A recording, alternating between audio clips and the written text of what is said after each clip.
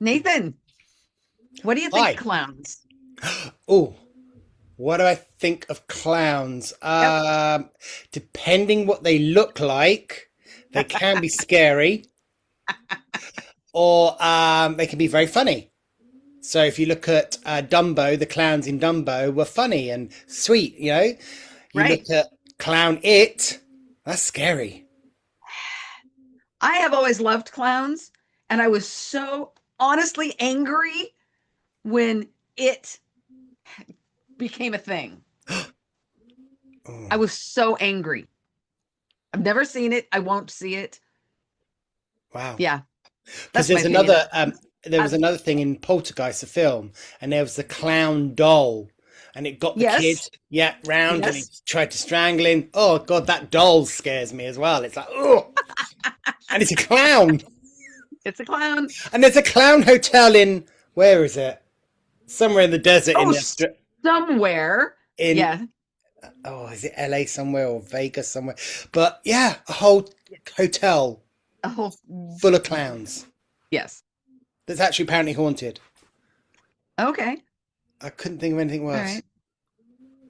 Well, in case y'all are wondering, we're doing a video today on clowns We certainly or are. We on said, a clown. yeah, the terrifying true story of Sam the Clown, and it's a documentary by the Tape Gallery, which are fantastic people. Okay. Yeah, it's really good. So All right. yes, I have no Very good. idea what we're about to watch. So I'll Me either either. be enlightened, or at the end of this, I'll be Curled up in a pooping my ball. pants. We shall Okay, see. let's Okay. find out.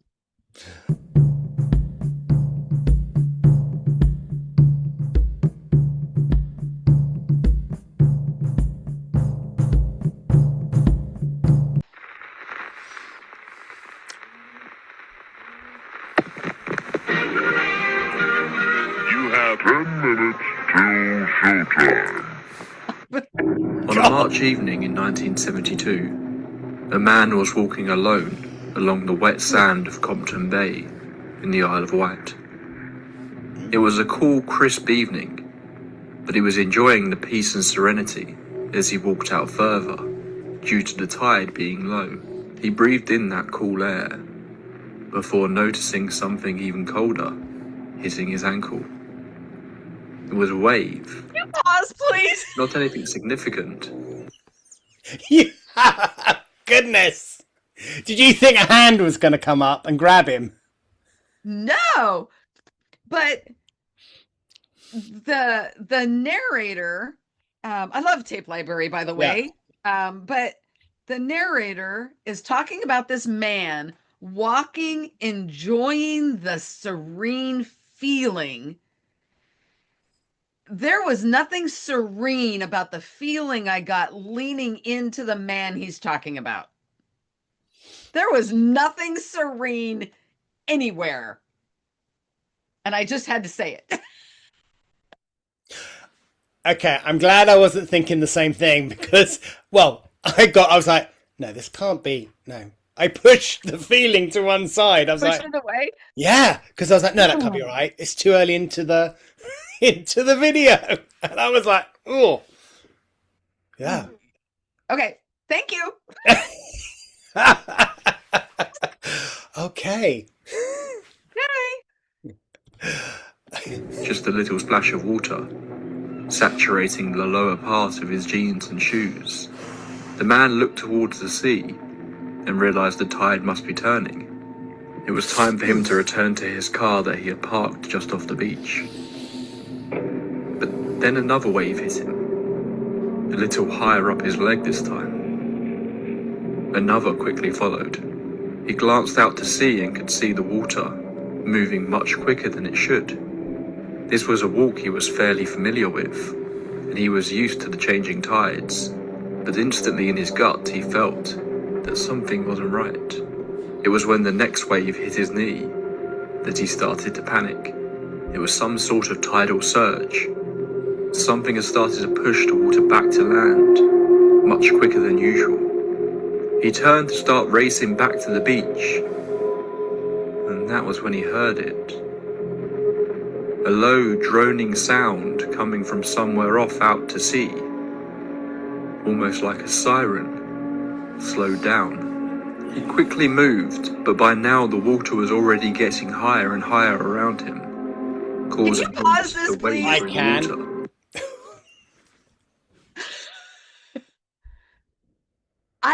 I want to talk for a minute about the energy I can feel before they say whatever they're going to say. When he started mentioning the second wave coming, and I'm like, oh, there's something brewing out there. There is an energy ball or an energy force out there that is Hypnotizing. impending. It's crazy feeling. Yeah. It felt as if the guy, well, as he's talking, it felt like I was being it's like hypnotized, you know, being dragged, sort of to come dragged in. Kind of like everything slowed down. Even like the thought process, the internal thought process slows down for me.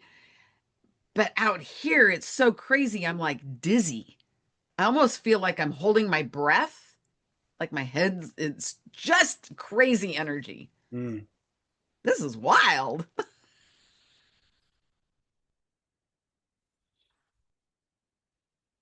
But did you? They felt also that there was this sudden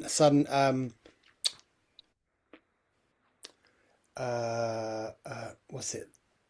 The energy suddenly stopped, and there was a break, and that's as if the person came in. Oh, what am I doing? The energy then came back in.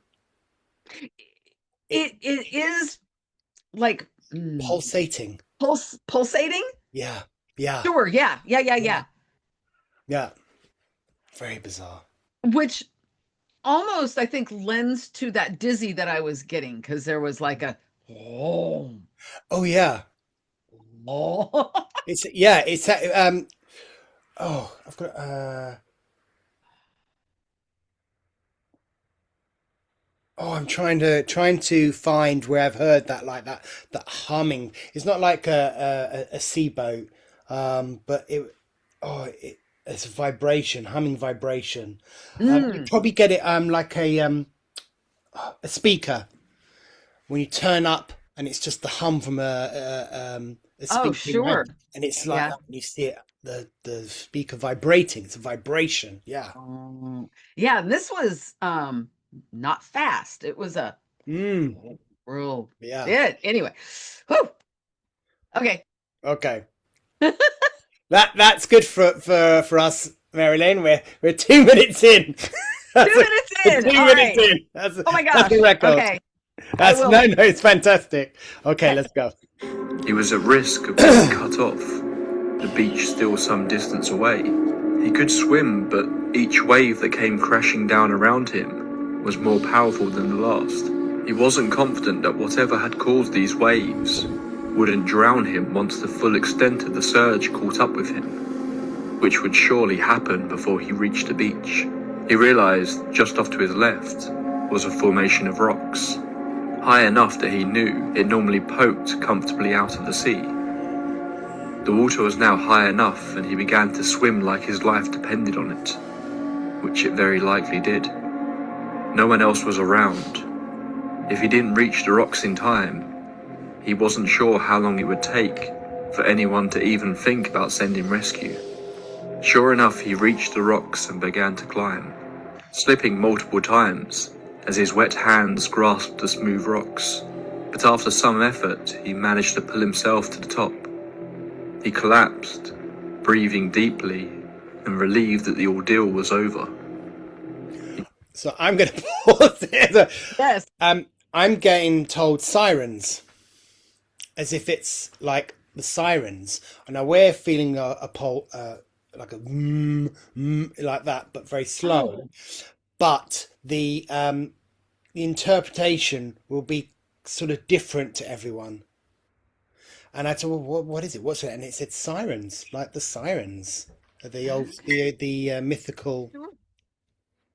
would be on in the beach or on the rocks, or yeah, something Okay. is home, something attracts, something fools you. It tries to, I don't know where to Okay. bring it. Yeah. Sure. Um, I could feel his panic as he was reaching the rock, and oh man, my heart was like racing, and you could feel he wants to relax, but he's not there yet, and he's so afraid, but he's oh my gosh, Mm. frightening. I'm sure we've all been there in our lifetime at some point when we've been At in some a point, swimming pool, or swimming out in the sea, and you get sort of washed under because a wave gets you. Oh, you're trying to grab onto something. That panic. Yeah. yeah, yeah. Whew. Okay. Okay, He glanced over the edge to see the waves crashing into the rocks below him. He quickly realized he had made the right call not to try and make it to the beach. The man sat up and glanced out over the darkened waters, wondering to himself what could have caused such a violent shift in the tides. A distant earthquake, maybe? But then he heard it again. That low, droning sound. He was sure of it. It sounded like it was coming from beneath the water. He looked carefully, and there, before his very eyes, something peculiar appeared. 2 yellow lights, clear as day, were shining up through the water. The waves were distorting them, but he said they looked like they were only just beneath the surface, and only about 40 foot away from where he was perched on the edge of this small cliff. The man later described the yellow lights as eyes, or more specifically, that they were peering up at me, like the eyes of some horrible sea monster. They were only there for a few minutes, before slowly disappearing off into the dark, murky depths below him. The droning sound began to fade, vanishing off over the horizon. As the sound and lights went, so did the tide, leaving the man shaken, but able to get back to his car and drive home. This was not a one-off occurrence for this man. The past couple of years he had been witnessing strange lights that almost seemed to be following him, but he didn't know how to tell anyone what he had been encountering without sounding mad. It would be 1 year later, when his daughter had her own even stranger experience, that the man would finally reveal his story. Welcome to the Tape Library. How bizarre.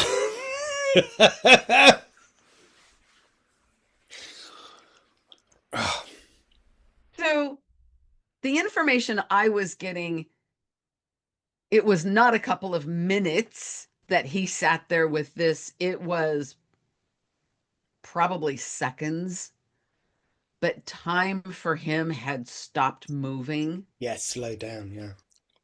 Really slowed down. And so it seemed like it was a much longer time. Were they eyes? Does not feel like it was eyes. But were there eyes on the other side of the light? Yes. I don't know exactly what was looking through those lights, though. I'm going to save my words. So, I know nothing about physics or biology and stuff, No, me either. Okay, but I've go just ahead. been just sort of say that. So, noise, vibration, you hear it, but when you see it, it moves like this, and as it moves, it then creates an seen image. Now, look at me do my hands. I'm then sort of again, well, because I said, "Oh, is that a portal?" Or I'm doing that as if it was a doorway. Right. And they're saying, yeah, how? But it was how the sound moved the waves The and created a window. right. The vibration Yes. within the water was Yeah. creating the illusion of there being light. Yeah. Brilliant. Thank you, Spirit. Yes. Oh, Fascinating and fabulous. goosebumps. I my was like, God. no, I was thinking in my head, going, no, that can't be right. Oh, I was going to say, and then it And logically made sense. it does make so much sense. And even as I was saying that it was light, I knew it wasn't light per se, but it was being perceived as light Mm. because of the vibration. Absolutely brilliant. Yeah. Wow. Wow. And Ooh. that vibration and Oh. sound and light can be is hypnotic. It's Yeah, yeah, yeah, yeah. well, I don't know oh, I'm just being shown, oh dear, Disney's Jungle Book, the snake, trust in me, and his eyes going round, trust in me. Right. And I was like, oh, but think of it as a vibration. It would do that. Yeah. Ooh, and so, ooh. Oh my gosh. I think you and I have talked before in a video a long time ago about the dimensions within water that we don't explore. Yes, yes. It was in Was that the Antarctica? Yes, Yes. it was in yes. Oh, so is this something dimensional that is Oh. happening within the ocean? And is it exclusive to the ocean? Or is it just happen to be that it's in the ocean? Oh, I'm getting like goosebumpily all over. It's just like saying yes. That's it. Just a but the fraction. exclusiveness, I don't know Yeah, if it's exclusive to the but ocean. I don't it's know. Oh, let's watch more. Let's get into tonight's story. As I said, this case is a really peculiar one. While it could be chalked up to the fantasies of two children, there are just so many weird details about it that I think make it a fascinating case, and maybe the best example of high strangeness I think we've covered since the Saricna Hole episode. So get yourself a warm drink, dim the lights, and get comfortable. It's time for the chillingly weird tale of Sam, the Sandown Clown.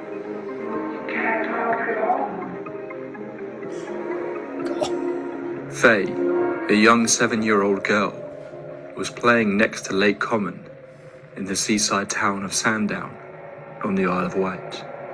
Spring was fully in the air on this warm May afternoon, as she was playing a game of hide and seek with a young boy around the same age. The afternoon was getting long, and at about 4 p.m. the pair decided it was time to end their game and think about heading home for food. Before they could, however, something grabbed their attention.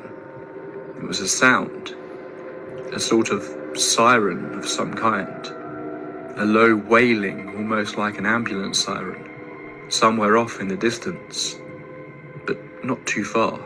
The two children listened carefully, and with a certain level of childlike confidence, established that the sound could only be coming from 1 or 2 fields over. They had time, so why not investigate what it was? The area they were playing in backed onto a golf course, so they moved through the perimeter of the course towards the sound. Faye thought it was strange that none of the grown-ups playing their game seemed to be interested in the sound at all, but they still continued on. They reached the edge of the club and moved through a hedge into the swampy marshlands that surrounded the area, just opposite Sandown Airport. I did you get I was told Well, of course they wouldn't hear it. They were attracting only a certain type of person. The adults didn't hear it. They did not hear it. No. Which really isn't too surprising because children are so much more open Perceptive, yeah. and perceptive to the dimensions than adults. Yeah. But yeah, as soon as he said they were surprised the adults weren't interested, it's like they don't even hear it. Nothing. They don't hear it. But Yes. would children that had their gifts, their clairs already open, would they be susceptible to this? And I don't think all children would hear it. Yeah. Yes, yeah. Yeah. Just because you're a child doesn't mean you would hear it. Yeah. And I'm sure there are some adults who would have heard it. If you and I were there, we would have heard it. I can guarantee in some fashion we would have had an awareness of it. Guarantee? Okay, guarantee might be a little strong.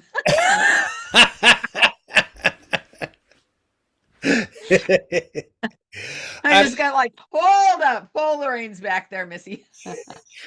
As he's talking, I'm like, why does this seem like, it seems really weird because it feels like I've actually been there, but I can't recollect when I was there. Because Isle of Wight is just near us, not far. Portsmouth, you know, an island. Oh, And we used to go a lot when I was younger. And I was thinking, I've heard of that place, heard of Sandown. Oh, wow. Hang on. So it'd be interesting to see what comes up. Yes, it will be interesting. Okay. A small and rarely used airport at the time. They were close now. The sound was so loud, but they looked out across the marshland and couldn't see anything that could be causing the noise.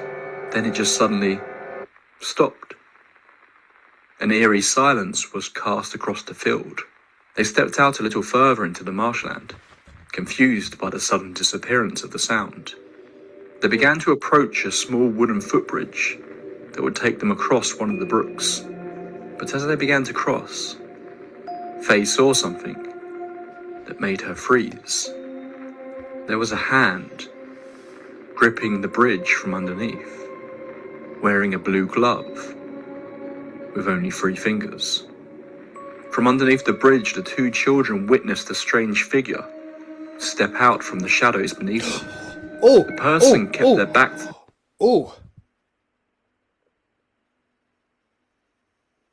Okay. Are you having a flashback? No, luckily not. Hope not. And I swear to God, I have not seen this video or anything. But, so, you know, he said the sound and heard the sound and everything. As they carried on walking, no sound. It's a dome. The dome.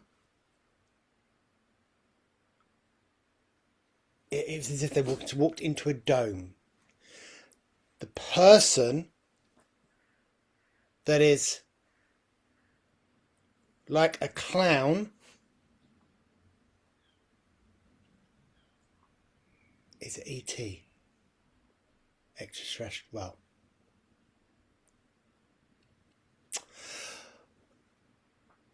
I'm gonna say it because I'm gonna say it's is perceived as a clown because it's while the entity, so I'm going to say that, or ET, has investigated that clowns are very attracted. No, children are attracted to clowns. Okay. because of their youth and everything, you know, because it is clown is a Right, happy because birthday they're celebration. fun and they're Yeah, yeah, yeah. yeah. So it was a lure. What am I doing? I'm rearing in the salmon. I'm rearing in the kids as a clown. Do you get that? I understand what you're saying, yes. The dome, gosh, that makes sense. Mm.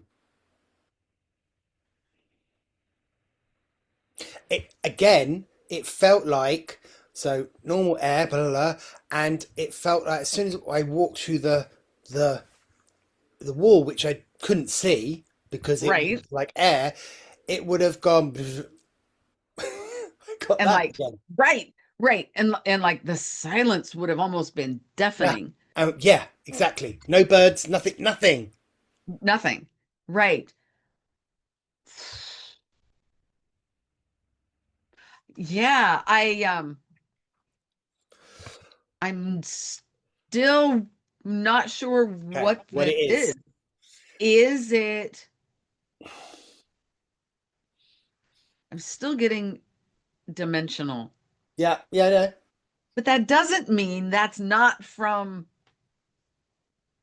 out out in space. Yeah, that's what I think. That's why it's an ET. It's some form of So, yeah.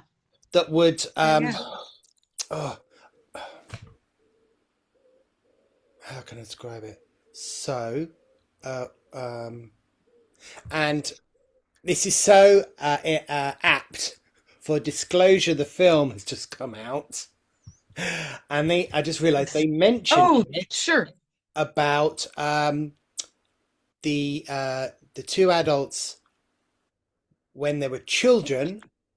They would have animals come up to them and talk to them because Oh, that's how the extraterrestrial okay. presented themselves as the come As follow me. animals, Yeah, as because a they're guide. safe and Yes, they're yeah, yeah. sure, sure. Obviously, clowns years ago were the fun and the oh, let's Yes. go, oh, exciting, until there were ones that, who made Until some warped idiot person had to go there. go. Yes. What's his name? What's his name? John Candy? No, Candy. Something I Candy. don't know. Yeah, yeah. Yes. I don't know. It made me mad and I got nothing. Yeah. Close that door. Okay. Okay. Let's see what we get. The children, they didn't get a good look at its face, but they could instantly tell, even in its half hunched over stumbling movements, that whoever was in the water was tall. He was also dressed strangely. The tall man appeared to be carrying some sort of book that he dropped into the water as he stumbled out from underneath the bridge. He struggled to pick the book back up, splashing about as he did so, almost as if he wasn't fully in control of his hands, before moving along the brook in a strange hopping motion, with his knees raised high as he moved. They watched as he moved towards a weird-looking metallic hut that had no windows, before he opened the door and disappeared inside. The entire incident was strange enough that the two children decided they should tell a grown-up, and decided to walk back the way they came. As they had entered the field, they had spotted two men fixing a fence post, so decided to head back to where they were. They had made it about 50 feet away from the bridge when they heard a noise behind them. They turned and saw the figure, standing not too far behind, staring directly at them. Only this time, he appeared to be carrying something new. He appeared to be holding what looked like a black microphone, with a white wire dangling from it. He didn't move. The children didn't move. Then suddenly, the wailing siren kicked back in again. Only this time it was so loud it hurt the children's ears. The boy, terrified, began to run. But just as quickly as it started, the noise stopped, and the figure raised the microphone-looking object to into his mouth. Both children claimed that despite the figure being quite far away, they could hear his words as clear as day. He said, "Hello? Are you still there?" A strangely worded question, being that the children were very much in his line of sight. But something about the figure's tone of voice instantly calmed both children, and they felt comfortable enough suddenly to approach the figure instead of continuing to run. It was as they got closer that they got a good look at what exactly he was. The following description is quoted from a UFO publication that first investigated the story. Why it was a UFO publication, we will get into later.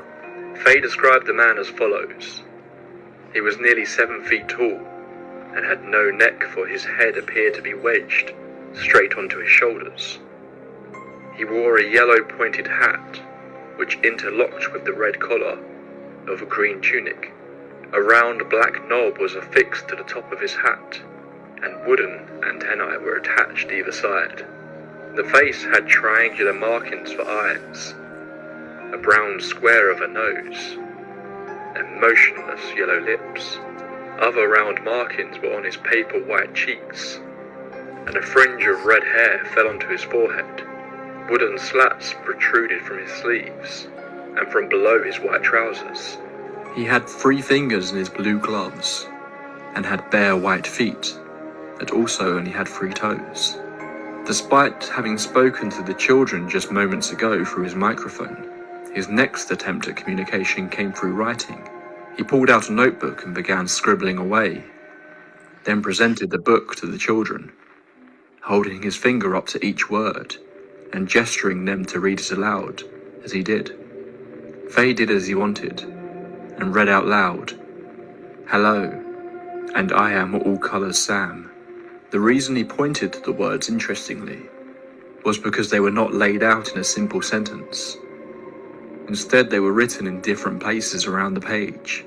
The children glanced around and could see, not far from where they were stood, the 2 workmen repairing the fence post. But neither of them seemed to react to the strange events that were taking place, as though they couldn't see Sam, or possibly even the children for that matter. The boy was still nervous to be around this person.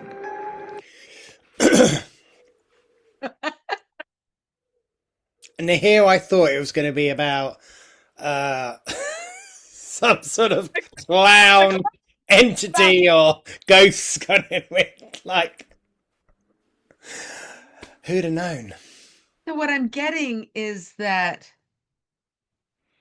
the true visual of this entity could not be shown. So we'll never know what this being really looked like. Their attempt to make him look normal. Yeah. I don't know. Good job or horrific job. It's all in perspective. But that's what I'm getting. They were trying to make him appear normal. Yeah. That's correct. I get that. He couldn't see them because he has no vision like we understand vision as humans. He could feel their energy had shifted away from him, therefore asking, "Are you still there?" Yeah. Now, also what I got was the vibration of his words. So that microphone was like I'm going to go very Star Trek here, a universal translator, to where he spoke in his native tongue and it came out in a way that they could understand him. Fascinating. Absolutely fascinating. And whether he's in our dimension and just from another planet, or from another dimension, from another dimensional planet, I am not getting a clear concise answer to that. So, in other words, meaning, did they just come from another planet to here, or did they have to travel through the dimensions to get here?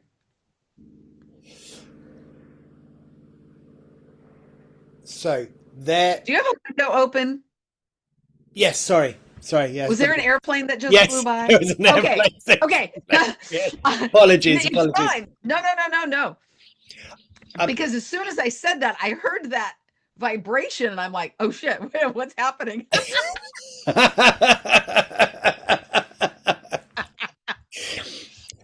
I got shown that he came through the water. So the water is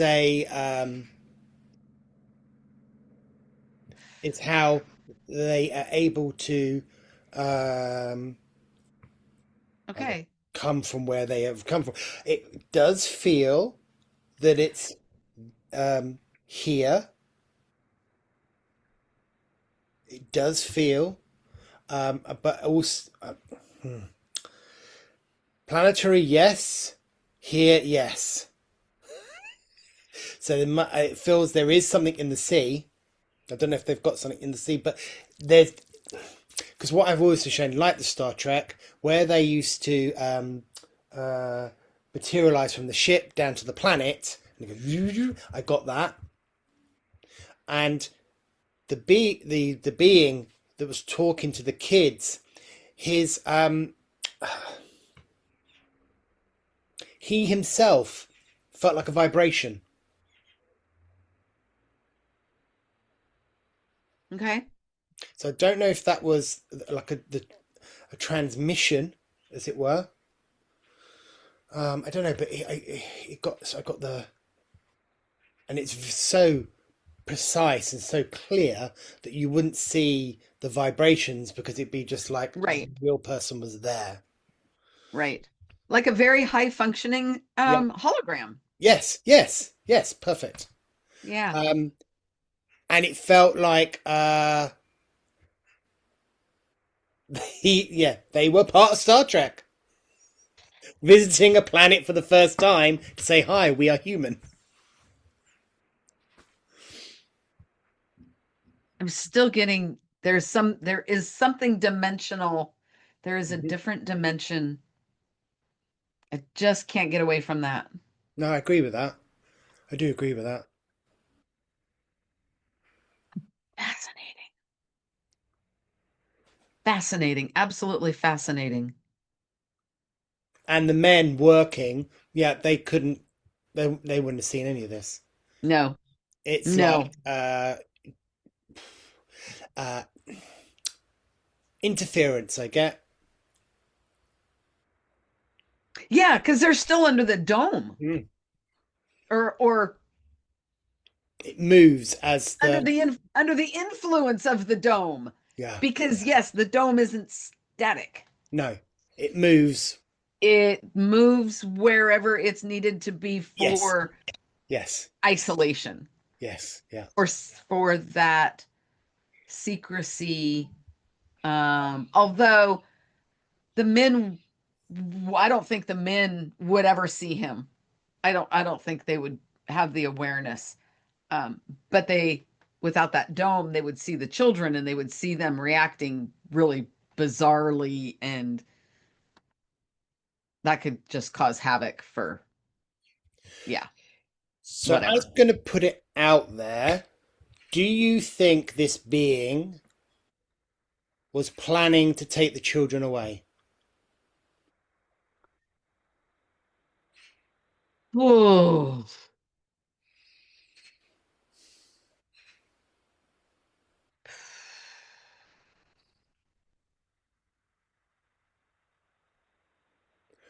I get no, I get but it's a first it. stage.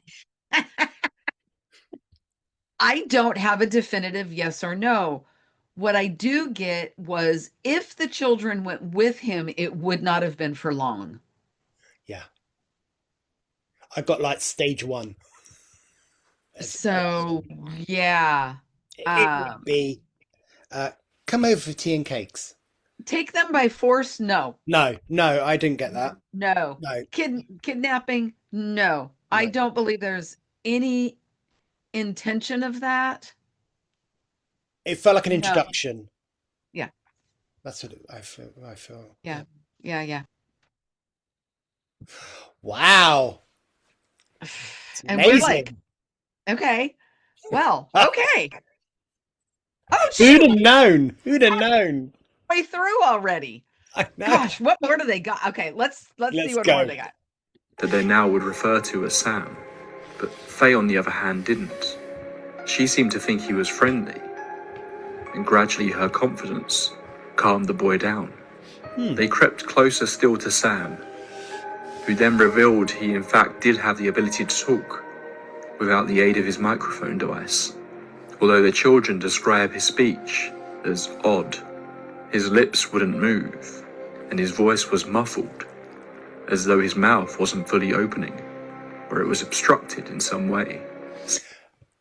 Because there was no mouth. No, yes. Telekinesis, is that it? Telepathy. Telepathy, that's what I want to say, yeah. Yeah. Yeah. Yep. Sam began to ask the children questions about themselves, and then asked them to ask questions back. Their first was about his peculiar clothing. His clothes were colourful but ripped and torn. Sam stated that it was his only set of clothes that he had, so he had to wear them every day. They asked, due to his strange physical appearance, if he was a man. To this, Sam laughed a little to himself, before replying, no. The pair then asked him if he was a ghost, which got an even more cryptic response of, well, not really, but I am, in an odd sort of way. When the children pressed further to ask what he was, Sam simply replied that the children knew what he was. Despite introducing himself,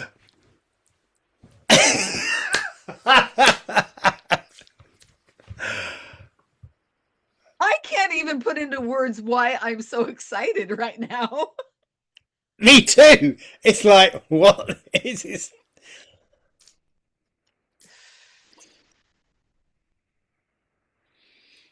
Oh. This is just, I can see once upon a time in my life of seeing something like this and just negating everything. Negating. No. Now,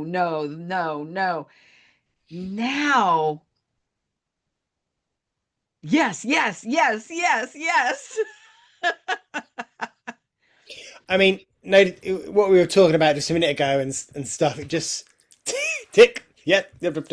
And Yeah. wow. Amazing. Yeah. And that answer of is accurate because somewhere within their being, they did know. They did have an understanding of exactly what His psyche. what It's he something is. Yes. he was able to, as if, tap into. Yeah. And on a spiritual level, they knew.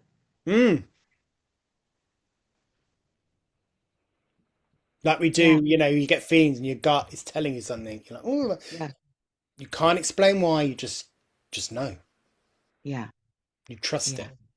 Exactly what just happened here. And I wonder if they discovered a new way to clothe him after this visit. Well, let's find out. Okay. as Sam, he then claimed that he had no real name. Creepily, he told the children he wasn't alone, that there were others like him, even drawing a picture of what one of his companions looked like in the notebook. But Sam continued to paint himself as a harmless figure of sorts to the children. He claimed he was scared of people, scared that they would hurt him. He said that if he were to be attacked, he wouldn't fight back. So instead, he just kept away from people. And that was when Sam asked the children to come back to his hut with them. The children followed Sam through a small flap in the side of his metallic hut that all three were forced to crawl through. Once inside, they saw it was actually split into 2 floors, the lower of which was high enough that it allowed Sam to stand up fully once through the hatch. As he did so, he removed his hat, revealing a pair of rounded white ears and a thinning head of brown hair. They described the downstairs as being covered in blue and green wallpaper and covered with dials. The furniture inside was all wooden, and there was a small electric heater in the corner of the room. The second floor wasn't so spacious and had a cold metallic look to it, much like the outside had.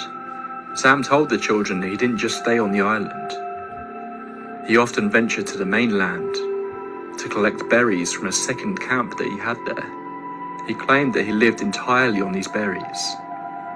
He also said he could drink water from the brooks around his home, but only after he had cleaned it. Sam had a peculiar way of eating, which he demonstrated to the children.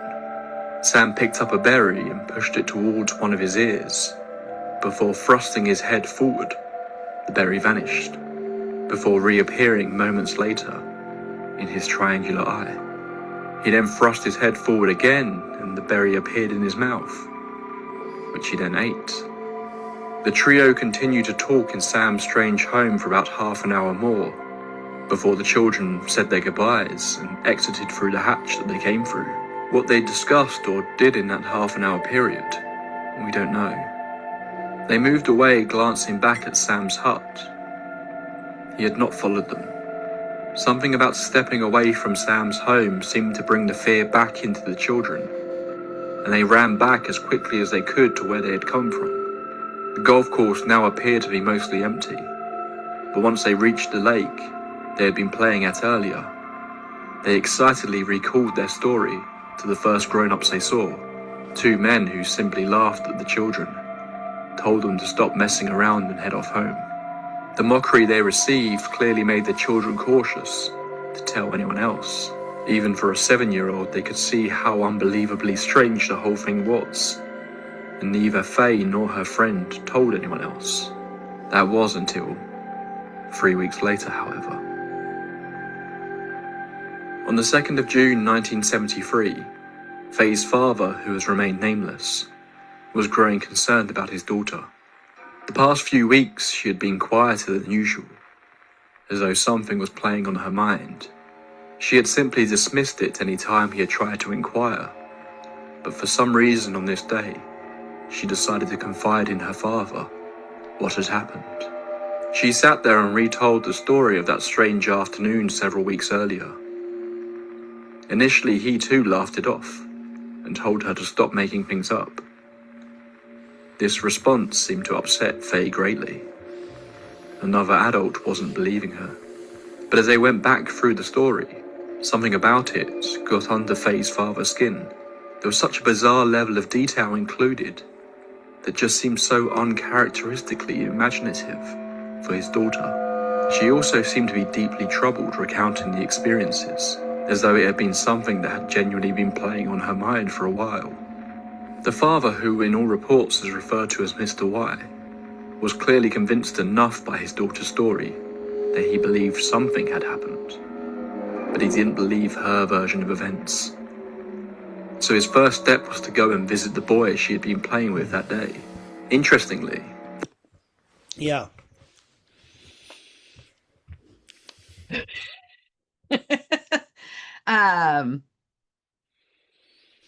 I think he's going to be blown away at how similar their stories are. I'm curious if he's going to go to the field himself, the father. After hearing the stories, is he going to go see if he can find this camp or cabin or this big metal lunchbox? He hasn't. You don't think he's experienced something when he was a kid? Maybe he has, and he has Just yeah. suppressed it, Mm-hmm. and this might stir something up. Very possible.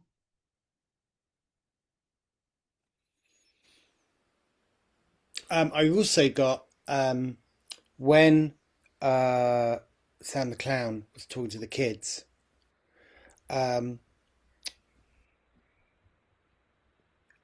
It felt like he wasn't supposed to be seeing them. It was like what's the word?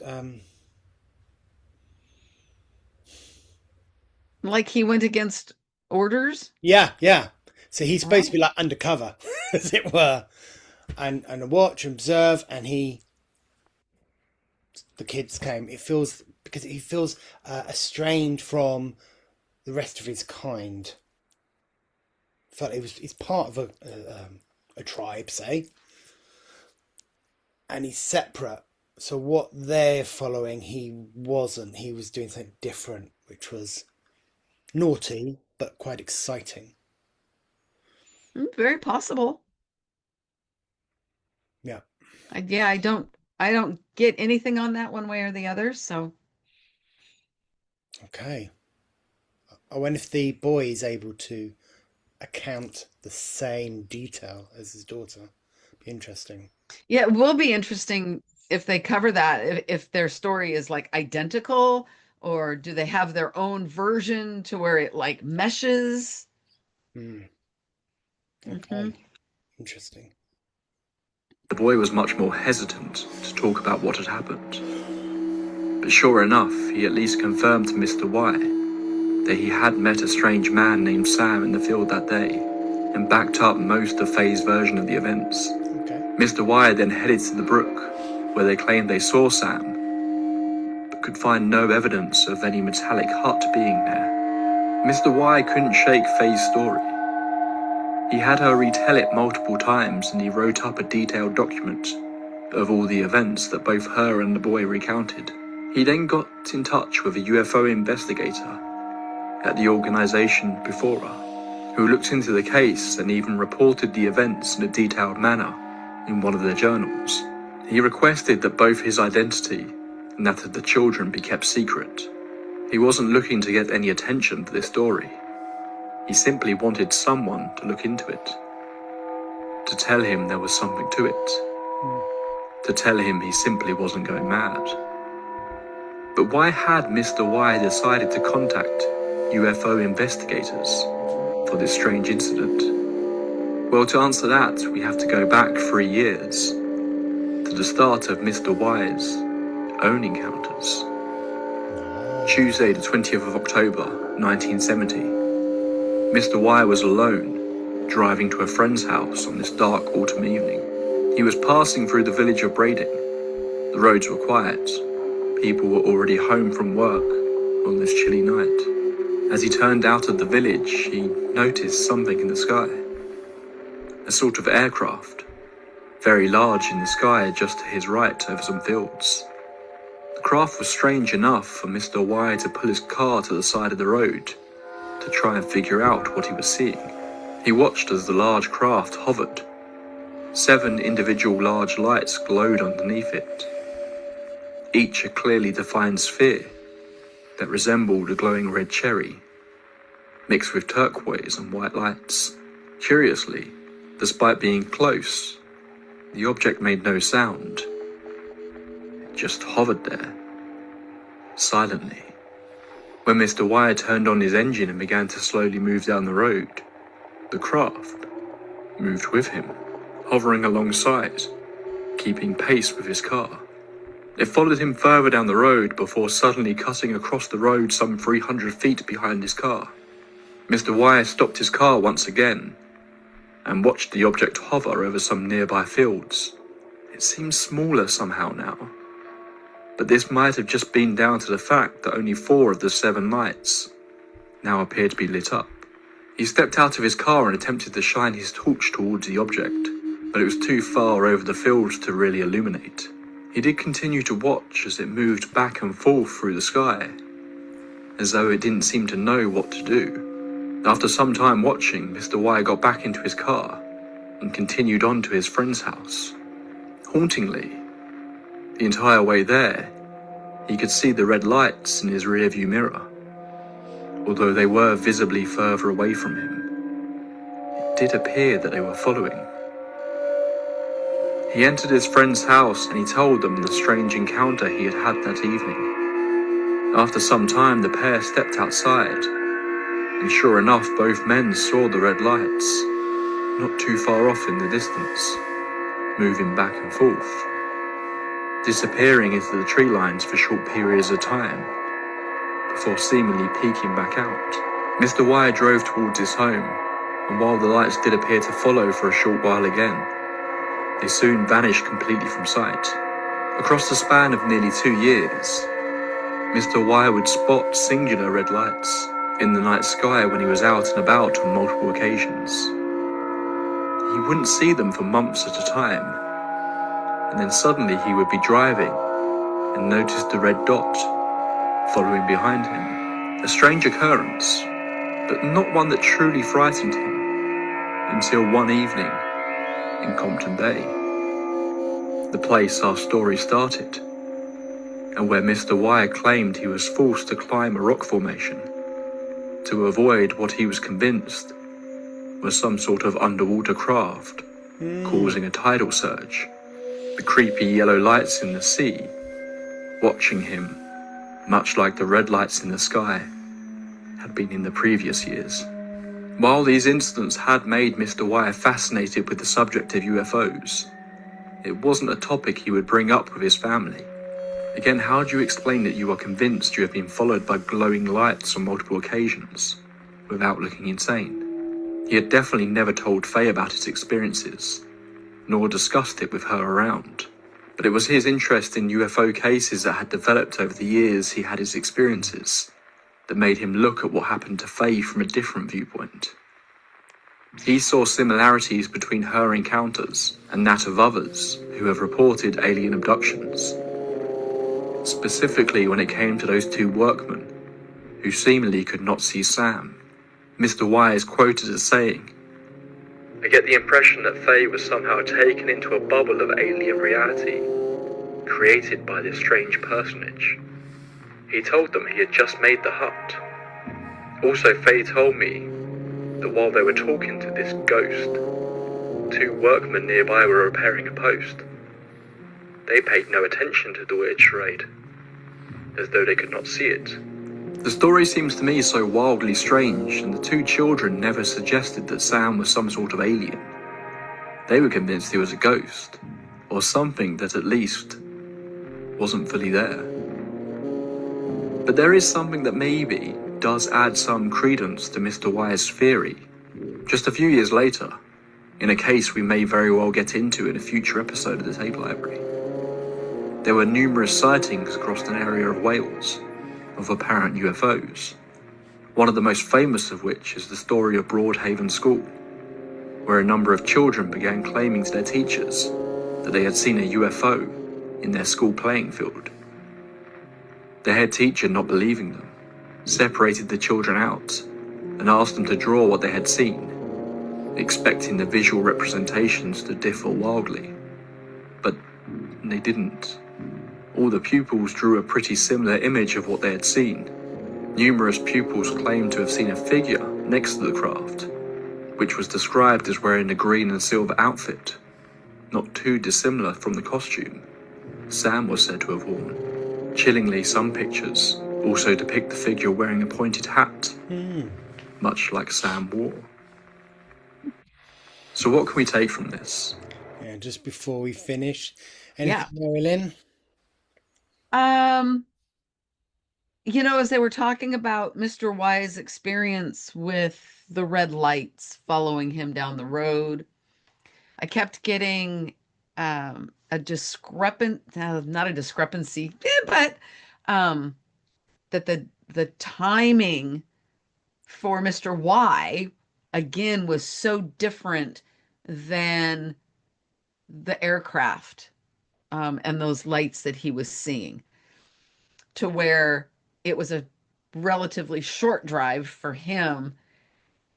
It almost felt like it was either instantaneous for the spacecraft, and the more I tried to hone in on what this was, the blurrier it got.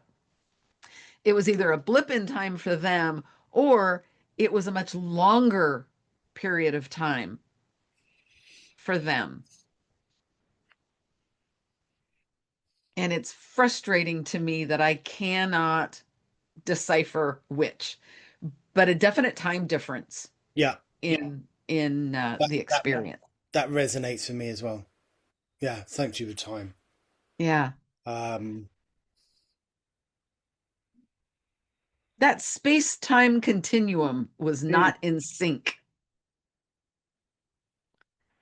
and I wouldn't be surprised as well.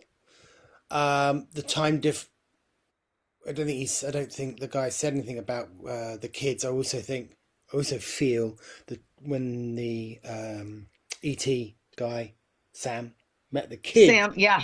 again, time was slowed right down. Yes. So I was almost expecting that when they went back and they were talking to the two men at the post, that maybe it would have started to get dark by now because it felt like a long period of time went by. But I don't think so. No, I think a very short amount of time went by, but for them, it probably seemed very stretched out. Yeah, like a couple of hours maybe, which is put into like seconds. Right. You know, Right. just time distortion. Yeah. That's what I'm getting. The time difference is vast.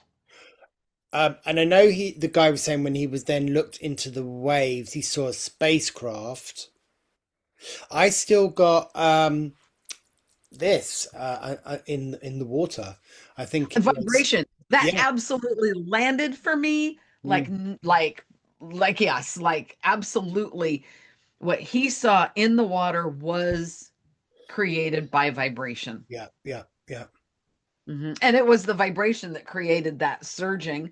Yeah. Yeah. Okay. So what really happened? What really happened, Nathan? Find out. Okay, let's find out. The Sandown Clown story is often described as one of the strangest UFO stories of all time. Who would have known? And many peculiar details about it have kept the story tickling people's brains for decades now. On paper, I initially dismissed it as simply the work of a child with an overactive imagination. But when you factor in the accounts of the father, which I wasn't familiar with initially, it does add a whole strange layer to the story. But did Mr. Y encounter something strange himself, and then simply impose his story onto the weird imaginative story his daughter had made up? Maybe the two aren't connected at all. After all, Mr. Y was not chased through the sea by a strange clown man with a microphone. But could the sound he heard have been the same wailing sound that Faye and her friend heard in the field on that spring day? If it was simply made up, why did Faye wait 3 weeks to tell the story after being dismissed by the first grown-ups they encountered? And why, if they were doing it for attention, was the boy so reluctant to recount the story? Also, why was Sam so cryptic when asked about what he was? It's really interesting that the children themselves specifically said they thought he was either a man dressed up or a ghost. The referring to him as a clown seems to have come later as people read the story. The description the children gave almost makes him sound like a wooden marionette of some kind. That's the other element of this. The strange mix of the natural and the high-tech. His hut is metallic on the outside, but has wooden furniture inside.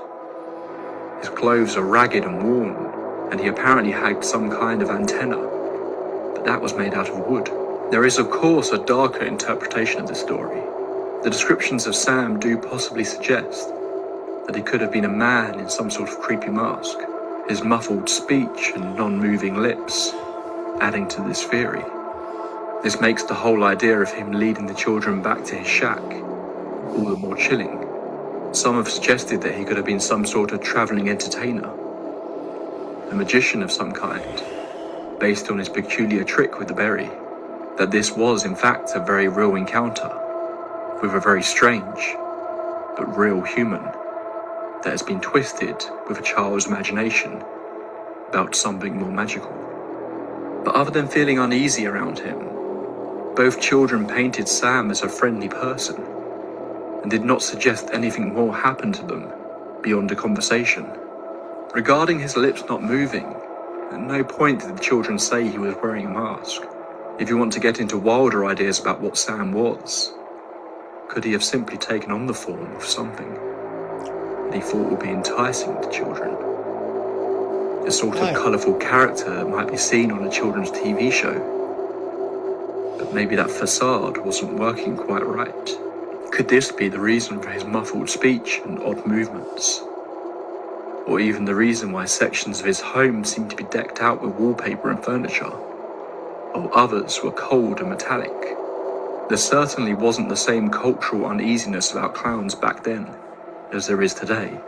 Was Sam portraying himself to the children in this way because he wanted them to like him, or to lure them in? We will never know what truly happened on that day, but nonetheless the legend of Sam the Sandown Clown has at least left us a strange story to share and a potential example of high strangeness taking place on a normal day. That's all for this entry into the tape library.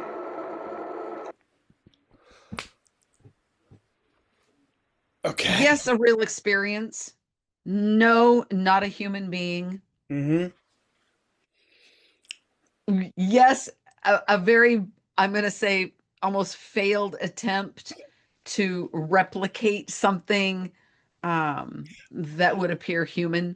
I got, like we would do, his kind did research, watched like a TV, and saw like a children's program, Play Away, or something. There seems to be something that's very, very childlike, very simple, and so that's, and there was some sort of character. I believe so. So they sort of, rather than do the character, he mixed 1, 2, 3, 4 different things into that one look. I also don't think that it was totally innocent. I do believe that there was some type of memory extraction or some type of telepathy manipulation. Mm-hmm. Nothing harmful. Nothing, doesn't feel like malintent. Just exploration. Introduction, exploration, get to know me. Still, taking something without someone's permission is crossing free will. So I do believe that if something was extracted with telepathy, Mm-hmm. that it was wrong, that it shouldn't.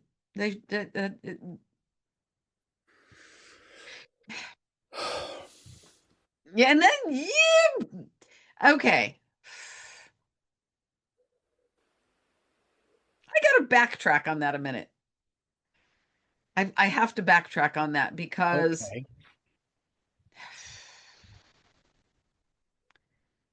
I am presuming that they would understand human ethics and human processes. Of course they wouldn't. And I am presuming that they would have similar. But if telepathy is how they exchanged information, why wouldn't they? Why wouldn't they? Why wouldn't they exercise that with someone? Because if they can communicate telepathically, what the word am I trying to use here? If they can communicate telepathically, there we go. Jiminy Christmas. Sorry, everybody. Somebody is messing with your brain. Man. um, why wouldn't they receive information in that same way? Because as children, they wouldn't be able to knowingly verbalize information, um, other than what they have experienced. I mean, they were young children. Okay. We are looking at this as adults. Yes. The beings are adults, but minds like of a child. What I mean is they're very similar. So it was, there wouldn't be that, oh, am I doing right or wrong? You know, It just is. yeah, it just is. Yeah, It just is. yeah. Yeah. And because their evolution is so far ahead, you know, their technology and everything's, you know, they've got, but it feels like they, you know, Yes. Yes. there's no, Yes.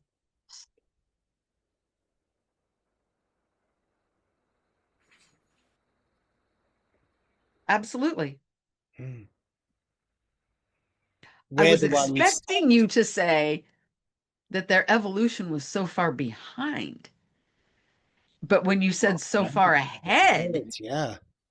it like all the pieces fell into place. Oh, yes. That makes so much sense. And they are, yeah, so Star Trek. They are seeing this planet Yeah. and um, watching, Yeah. um, you know, taking Yeah. notes and to learn it. And to them, we are very backward, as We're it were. very archaic. Yes, yes. Very, very simplistic. But this, if it, or the feeling I was getting from the Sam was, how exciting is this? That's why I feel Yeah. he was different from the others, which would be very,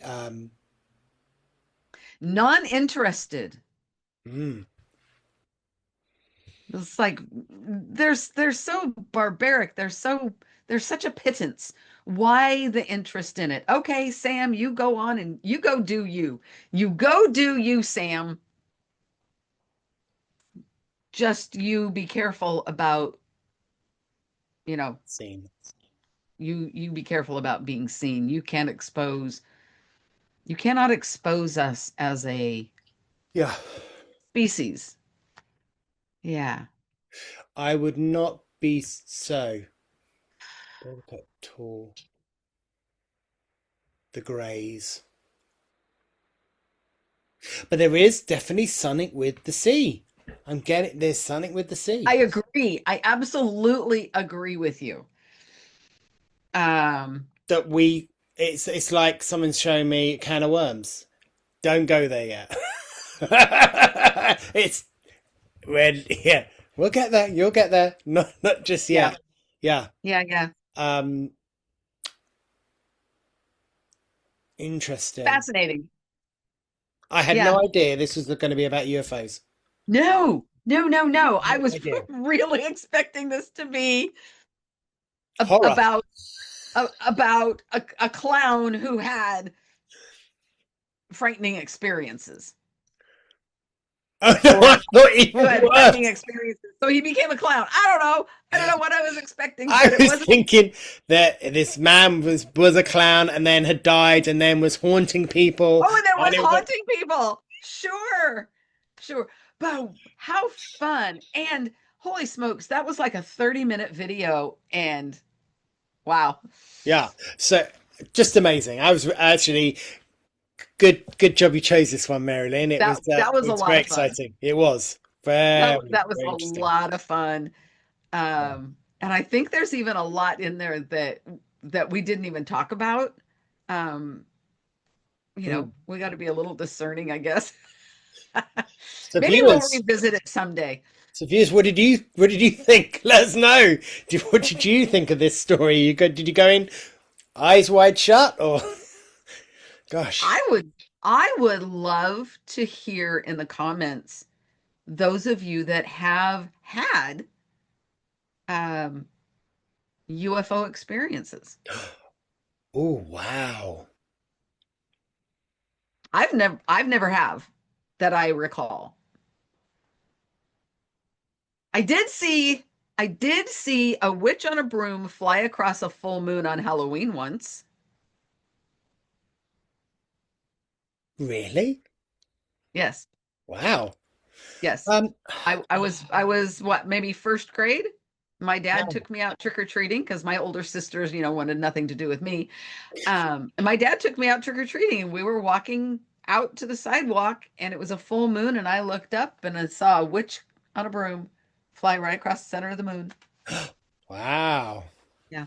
But no UFO sightings that I am aware of. Yeah. I can't say no. I can't say yes.